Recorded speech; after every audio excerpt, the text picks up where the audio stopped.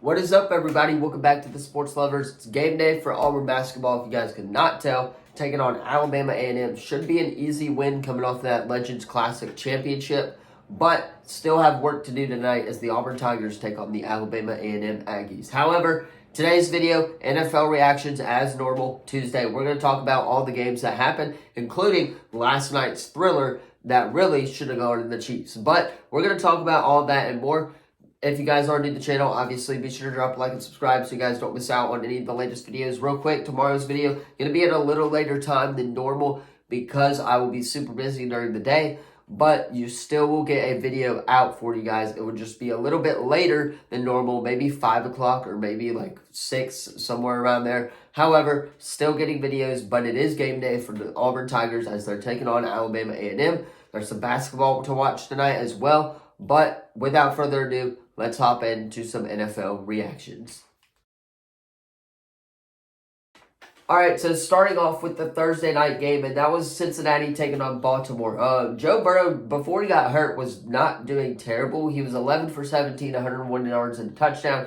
Joe Burrow is out for the year. If you guys did not catch that, Joe Burrow is officially done for the year. Jake Browning came in. He was 8 for 14, 68 yards and a touchdown as well. So he didn't play all terrible either. But I'm wondering who their quarterback is going to be playing. Who's going to be playing quarterback for the Bengals going forward? If they're going to sign somebody in free agency, maybe pick up a Cam Newton, something like that. That would be really cool. But Joe Mixon looked pretty good as well. 16 carries for 70 yards, no touchdowns. He was the leading rusher. Jake Browning also rushed a little bit. They used him in there as well. And then receiving-wise, Joe Mixon caught a touchdown as well as Ja'Marr Chase did, but they didn't utilize Ja'Marr Chase at all. As you can see, 2 receptions for 12 yards on the day as well. But Joe Mixon did get targeted 5 times with 31 yards as well. Looking over on the defensive side of things for the Bengals, no sacks really. I mean, you had DJ Turner getting in for a sack, and then Mike Hilton also getting to Lamar Jackson for a sack as well. And then look at kicking. Evan McPherson, 8 points out of those 20 points. So almost 10 points came from their kickers. Looking at the Ravens side of things, Lamar Jackson, 16 of 26, 64 yards, 2 touchdowns. Gus Edwards also had 2 rushing touchdowns, 12 carries for 62 yards on the ground. And then OBJ looked like OBJ returning from 2016. He was 4 receptions for 116 yards, putting up 2016 numbers, but no touchdowns on the day as well. Aguilar was the guy who caught a touchdown, and then Rashad Bateman also caught a touchdown as well. And then, of course, Gus Edwards scoring. Now, look at the defensive-wise of things. They had 1, 2, about 3, 4 sacks in there for the defense as well. So they got to the quarterback a lot. Great win for the Ravens. But Bengals have to find a quarterback. Let's move on. All right, so the next game, of course, is Pittsburgh taking on Cleveland. And this was exactly what everyone thought it was going to be. A very, very boring game. 10-13, the final score. Matt Canada is officially out of the Steelers offensive coordinator. He got fired earlier this morning, so they can move on and hopefully develop Kenny Pickett as well. Speaking of Kenny Pickett, 15 of 28, 106 yards. He struggled on Sunday a lot. Jaylen Warren was the 1 touchdown of the day. Najee Harris did not get in a lot. He was 12 for 35 yards. That was kind of iffy if you're asking me. Receiving-wise, they didn't target anybody at all either. Really, George Pickens led the receiving corps for 4 receptions and 38 yards. So, I mean, not bad of him. But, again, T.J. Watt having 1 sack, and that is all pretty much for the defense as well. Taking a look at the Browns side of things, Thomas Robinson, whoever the heck that is, we have no idea who that is. P.J. Walker did not play, but he was 24 of 43 yards, 165 yards, and 1 interception as well. Jerome Ford did have a rushing touchdown on the day. And then, of course, I believe the rest of their points came from Dustin Hopkins, the kicker, 7 points. And then, of course, 7 for that as well. So, overall, terrible game, but the Browns do get it done without Deshaun Watson. All right, up next, you got what was actually a pretty interesting 12 o'clock game this week, and that was the Raiders taking on the Miami Dolphins. This was a really, really good game to watch, and I honestly thought the Raiders were going to come out with the victory. Aiden O'Connell, though, did throw 3 interceptions, and I think that's what gave the Miami Dolphins ultimately the victory, is that defense prevailing. Of course, Jalen Ramsey is a literal god at whatever he does. However, Aiden O'Connell still had one touchdown for 271 yards. He was 24 of 41 completion rate. And then Josh Jacobs returning to a little bit of Josh Jacobs' ways with a reception for 12 yards. And then, of course, 14 carries for 40 yards. So not bad for Josh Jacobs as well. But Devontae Adams did get used, and I'm really, really proud of that because that helped fantasy a lot.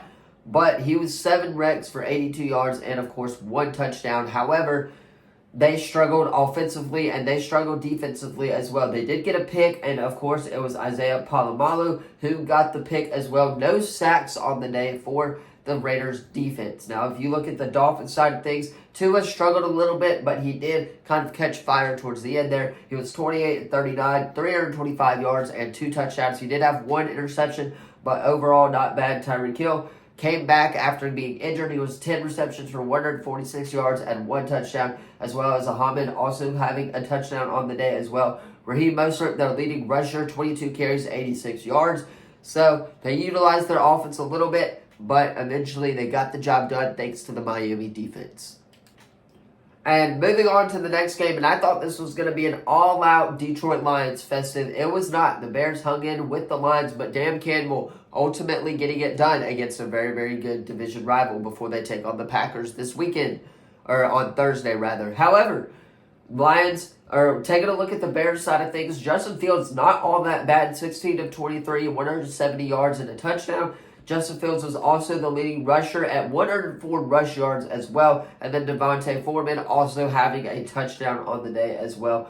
DJ Moore, one of the cleanest passes ever from Justin Fields to DJ Moore was what I saw on Sunday. It was a great pass. If you guys did not see the highlight, go watch that highlight because it was amazing. However, TJ Edwards, defensive wise, did have an interception. And then Tremaine Edwards also had a pick. There were 3 picks thrown by Jared Goff. Jared Goff struggled. Speaking of that, we can take a look over at the Lions side of things. Jared Goff struggling, 25 of 35, 3 picks, 236 yards, and 2 touchdowns as well. David Montgomery and Jahmyr Gibbs also having 1 touchdown apiece. And then Amon-Ra St. Brown and then Jameson Williams also scoring touchdowns on offense. So, Dan Campbell got it done. But again, Jared Goff struggled, and you got to find that consistency with Jared Goff. However, Lions get it done against a big division rival before they take on the Green Bay Packers. Moving on, you got the Tennessee Titans and the Jacksonville Jaguars. I'm just going to say it right now that Will Levis did struggle. 13 of 17, 158 yards, and 2 touchdowns as well. However, those touchdowns did not come until later in the game and the third and the fourth quarter. They did not score at all in the first half, which I thought was iffy considering how well that Will Levis has played these last couple of weeks. They didn't utilize Derrick Henry at all. Really only one highlight for the offense was D-Hop catching that 1 touchdown. Now, take a look at the Jaguars side of things. After that bounce-back blowout loss from the 49ers, T-Law played pretty good. He was 24 of 32, 262 yards, and 2 touchdowns as well. Trevor Lawrence also rushing for 2 touchdowns as well. And then Calvin Ridley was the one who caught those 2 touchdowns. He was 7 receptions, 103 yards. So it's nice to see that they're utilizing Calvin Ridley a lot. But ultimately, great win for the Jaguars after that blowout win against the 49ers. However, Titans have some work to do. All right, moving on, you got the Chargers and the Packers. And I really wouldn't be shocked if Brandon Staley gets fired this week. Again, it's every week that he's on the hot seat. But, however, he's still there as of now, currently filming this video. So if anything happens, hopefully he will be out of there soon. But he's been convincing the media just to shut up and stuff like that. However, Justin Herbert continues to be great. 21 of 36 for 260 yards and 2 touchdowns. Again, Brandon Staley's the issue. You got to fix that because they were up in this game and they blew it to the Green Bay Packers as well. Jordan Love, on the other hand, not bad. He was 27 of 40 for 322 yards and 2 touchdowns as well. Jaden Reed also had a rushing touchdown. And then, of course, receiving, Romeo Doubs got in there. And then Christian Watson, apparently back, scored 1 touchdown as well. So, Chargers, take away from this, fire Brandon Staley. Packers, take away from this, great job. You got to win, but you got to keep going against a really, really good Lions opponent on Thursday. All right, moving on. The next game, that is the Cardinals taking on the Texans. And we'll talk about the positive for the Arizona Cardinals. Kyler Murray, not bad because C.J. Stroud did struggle, and we'll hit on that in a minute. However, Kyler Murray was not bad. He was 20 of 30, 214 yards, 1 touchdown, and 1 pick. Kyler Murray also had a rushing touchdown in there as well. So that's what you like to see if you're Kyler Murray, more development. And hopefully it's the fact that these COD games are getting more and more bad throughout the years and that he can now focus on football. But James Conner got in the rushing game a little bit as well. He was the leading rusher, 14 carries, 62 yards. His average was about 4 yards a carry. And then, of course, Rondale Moore was the guy who caught the receiving touchdown as well on the other hand for the Arizona Cardinals. Now, taking a look at the Texans, C.J. Stroud struggled. They played Davis Mills a little bit. I believe it was the tush push that they did at the end there as well, which that play should be banned, and we'll talk about that coming up with the Chiefs and the Eagles, why they won that game. But the 27-37, C.J. Stroud was his completion rate. He was 336 yards, 3 interceptions. He did struggle against the Cardinals defense, but ultimately they got the job done. Devin Singletary rushing for a touchdown. Tank Dell receiving for a touchdown. Of course, 8 receptions, 149 yards, continues to impress a lot of these situations. And then Dalton Schultz also catching 1 touchdown as the tight end as well. So ultimately, the Cardinals, you like to see this progression out of Kyler Murray rather. Texans, on the other hand, Stroud struggled, but you will bounce back next week. So, great win for the Texans, but ultimately, Cardinals, you like to see that development out of Kyler Murray. That's my main takeaway. All right, moving on, and that is the Cowboys and the Panthers. Again, this game was everything I thought it was going to be, a brutal butt kicking by the Dallas Cowboys and then the Carolina Panthers as well. They struggled offensively for the Panthers, but taking a look at the Cowboys side of things first, Cooper Rush got in the game. He was 2 of 3. He got in there a little bit at the end there, kind of just to do whatever he wanted to do. He was 2 of 3 for 15 yards. He was Dak Prescott, on the other hand, 25 of 38 for 189 yards and 2 touchdowns as well. Tony Pollard also having a rushing touchdown in there, 12 carries for 61 yards. CeeDee Lamb catching a touchdown, and then Shoemaker also catching a touchdown as well. Take a look at that Dallas defense, though. DeMarcus Lawrence had a sack in there. Sam Williams also had a sack, and then, of course, Devin Armstrong and Chance Goldson combining for 1 sack as well. Michael Parsons getting in there with 2.5 sacks with the help from Jaden Kersey as well. And then, of course, the guy who had the interception there kind of at the end to Darren Bland ever there, that was a great play. We'll just leave it at that. However, Panthers, Bryce Young struggled a lot, but he's getting better. He's learning from these experiences. That's what you like to see. And I really think that we need to fire Frank Wright. However, I was cheering for the Cowboys this weekend because, again, they're the better team here. They were going to ultimately win this game. There's no competition on that as well. However, Bryce Young struggled. 16 of 23, 29, 123 yards, 1 touchdown, and 1 pick. Chuba Hubbard, 10 carries for 57 yards and no touchdowns as well. The one guy who did catch the touchdown, well, that was Tommy Tremble as well. So, not a lot of bright shots for Panthers fans, and I wouldn't be shocked if Frank Wright does get fired this week. However, he's on the hot seat. We know this, should be fired by next year. But, however, Cowboys get a great win before they head to Philadelphia in 2 weeks.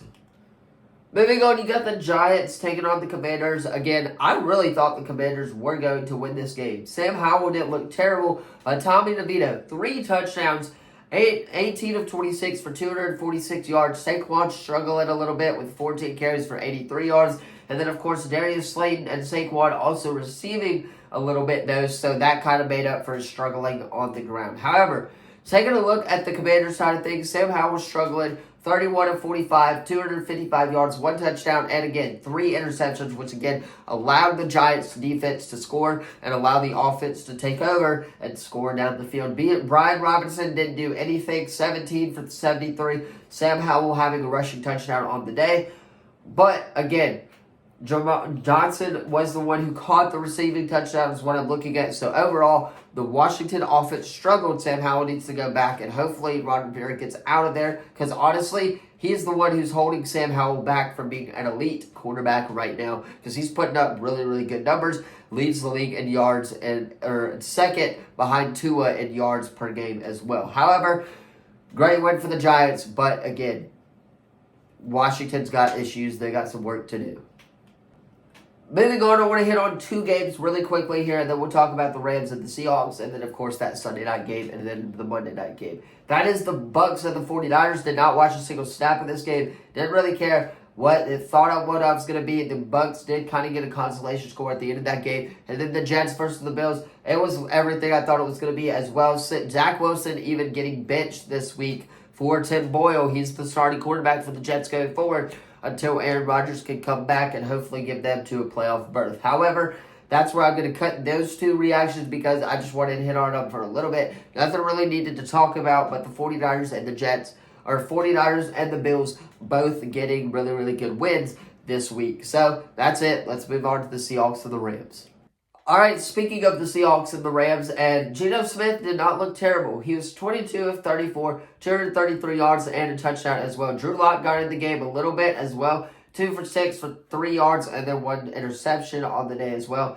Take a look at Stafford, though. He was really the one who struggled. He was 17 of 31, 190 yards and 1 touchdown, 1 pick. Henderson Jr., the running back, also getting in there for a rushing touchdown as well. And then Puka Nacua catching a touchdown, 5 for 70 yards, and then, of course, the 1 touchdown as well. So, really, really a boring game, but the Rams ultimately get the job done against the Seahawks. And, of course, the Seahawks got some work to do. However, good win for the Rams as they upset the Seattle Seahawks at home.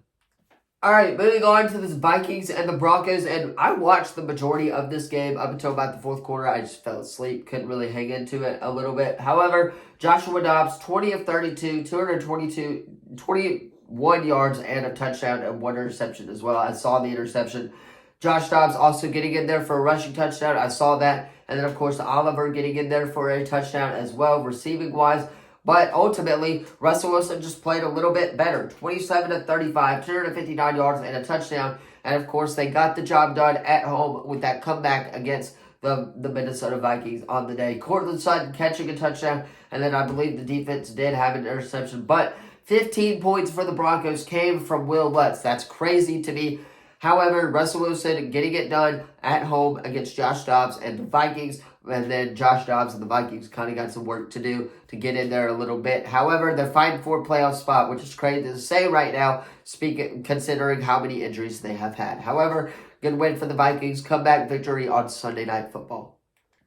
All right, moving on. You got the ridiculous game that it was Monday Night Football, the Philadelphia Eagles and the Kansas City Chiefs. And literally, MVS had the game in his hands. If he would have just hold on to that ball, that makes me so mad because that would have been the game stealer touchdown, and the Eagles would have had to go on the field to score. However, Jalen Hurts struggled. He threw an interception, 150 yards, 0 touchdowns, 14 of 22. Of course, DeAndre Swift rushing for a touchdown, and then he also did it with his legs with Jalen Hurts, scoring 2 rushing touchdowns as well. That's eventually what got it done. Patrick Mahomes, on the other hand, threw for 2 touchdowns as well. He had 1 interception. Pacheco was the leading rusher for the Chiefs as well. But MVS, if you hold on to that ball, you win the game for the Chiefs, and I'm so mad about that because, again, if that happened, then the Cowboys would have a chance. And the Eagles do play the Bills this week, but the Cowboys would have a chance to go up 1 against the Philadelphia Eagles in the NFC East. So I'm really, really mad that MVS did not hold on to the ball, and it shows that the refs are helping out the Eagles more than the Chiefs, especially in this game. However, it was a great game from both sides of the ball. Really, really phenomenal game to watch defensively, maybe not offensively, but again, MVS had the game in his hands and, of course, could not do it. He was targeted a lot and actually dropped a lot of balls for MVS, but Travis Kelce also having that fumble that really would have been a touchdown if he would have just turned a little bit earlier and walked into the end zone. That would have been a touchdown towards the end of the game as well. That could have put them up too. So Travis Kelce, the entire Chiefs offense struggled. However, MVS did have the game sealer in his hands. Couldn't hang on to it, but great win for the Philadelphia Eagles and Jalen Hurts. Alright, and that is going to be all for today's video. Let me know what you thought of it in the comments down below. Don't forget to like the video, subscribe, turn that bell on. We do our best to post on this channel every single day. That being said, I'm going to hop off, get this edited so you guys can watch it on time. Thank you all so much for watching this video. Let me know your reactions in the comments down below to any of these games. The Monday night game, that was a great game to watch in my opinion. Of course, the Auburn basketball game day tonight. Alabama A&M taking them on at 7 o'clock at Neville Arena. It's going to be a fun one. Hopefully, the Tigers can get it done. But overall, let's end the video. Thank you all so much for watching, and I will see you guys in the next video. Peace.